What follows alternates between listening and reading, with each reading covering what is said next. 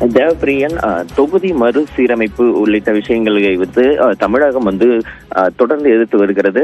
தமிழக முதல்வரும் கடந்த வாரம் அதற்கு கண்டனம் தெரிவித்திருந்தார். அது மட்டும் இல்லாமல் அனைத்து கட்சி கூட்டத்தையும் கூட்டியிருக்கிறார். இதற்காக 40 கட்சிகளுக்கு அழைப்பு விடுத்திருந்தார். இன்று அந்த கூட்டம் வந்து நடைபெற இருக்கிறது. இந்த நிலையில் தான் தமிழக வெற்றி கழகமும் அந்த கூட்டத்தில் வந்து பங்கேற்க இருக்கிறது. அது இந்த கட்சியுடைய பொதுச் செயலாளர் வந்து செல்ல இருக்கிறார். இதற்கு முன்பாகத்தான் தற்போது விஜய் வந்து அந்த கட்சியுடைய தலைவர் விஜய் ஒரு விரிவான அறிக்கையை வந்து வெளியிட்டிருக்கிறார். அதில் வந்து இதில் இருக்கக்கூடிய பிரச்சனைகள் என்ன, அதற்கு என்ன செய்ய வேண்டும், பரிந்துரை சில விஷயங்களை வந்து கூறியிருக்கிறார்.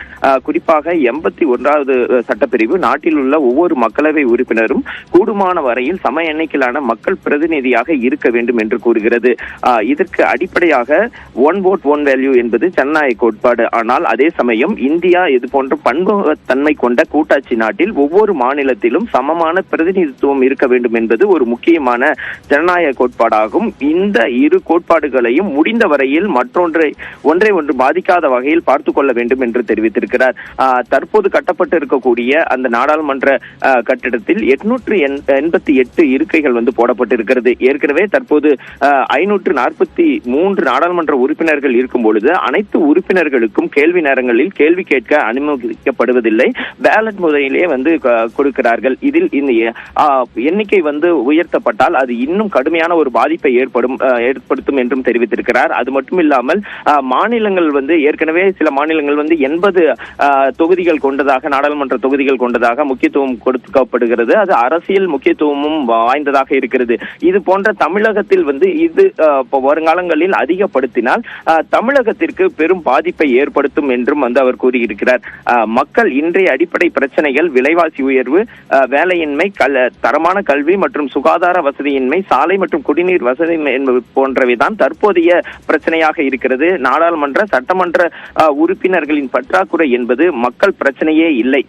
அதைவிட மிக முக்கியமான ஜனநாயகம் சார்ந்த பல பிரச்சனைகள் நாட்டில் இருப்பதை நான் கூறியிருக்கிறேன் என்றும் அவர் வந்து தெரிவித்திருக்கிறார். அதில் தான் பல்வேறு விளக்கங்களையும் வந்து கொடுத்திருக்கிறார், பரிந்துரைகளை வந்து செய்திருக்கிறார். ஜனநாயகத்தின் ஆணிவேர் சுதந்திரம் மற்றும் நியாயமான தேர்தல் ஆகும். தேர்தல் நியாயமாகவும் சுதந்திரமாகவும் நடைபெற வேண்டும் என்றால் தேர்தல் ஆணையர்கள் ஒருமித்த கருத்தின் அடிப்படையில் மட்டுமே நியமிக்கப்பட வேண்டும். இதில் கவனிக்கப்பட வேண்டிய மற்றொரு விஷயம் என்னவென்றால் இந்த அந்த தொகுதி மறுசீராய்வில் இந்திய தலைமை தேர்தல் ஆணையரும் முக்கிய உறுப்பினராக இருப்பார். ஒன்றிய அரசு தன்னிச்சையாக தேர்ந்தெடுக்கும் தேர்தல் ஆணையர்கள் இந்த விஷயத்தில் பாரபட்சம் இன்றி செயல்படுவார்கள் என்ற நம்பிக்கை மக்களுக்கு எப்படி வரும் என்றும் ஒரு கேள்வியை எழுப்பியிருக்கிறார். நம் அரசியல் ஜனநாயக சட்டத்தை பாதுகாக்கும் முக்கிய அரணாக விளங்குவது நீதித்துறை. அத்தகைய ஜனநாயக முக்கியத்துவம் வாய்ந்த நீதித்துறையில் உச்ச நீதிமன்றம் மற்றும் உயர்நீதிமன்ற நீதிபதிகளின் நியமனங்களில் போதிய வெளிப்படைத்தன்மை கொண்டு வர வேண்டும். பரிந்துரைகள் அனைத்து நீதிபதிகளையும் ஒன்றிய அரசு ஏற்றுக்கொள்வதில்லை என்பதையும் இந்த இடத்தில் கவனத்தில் கொள்ள வேண்டும் என்றும் அவர் வந்து தெரிவித்திருக்கிறார்.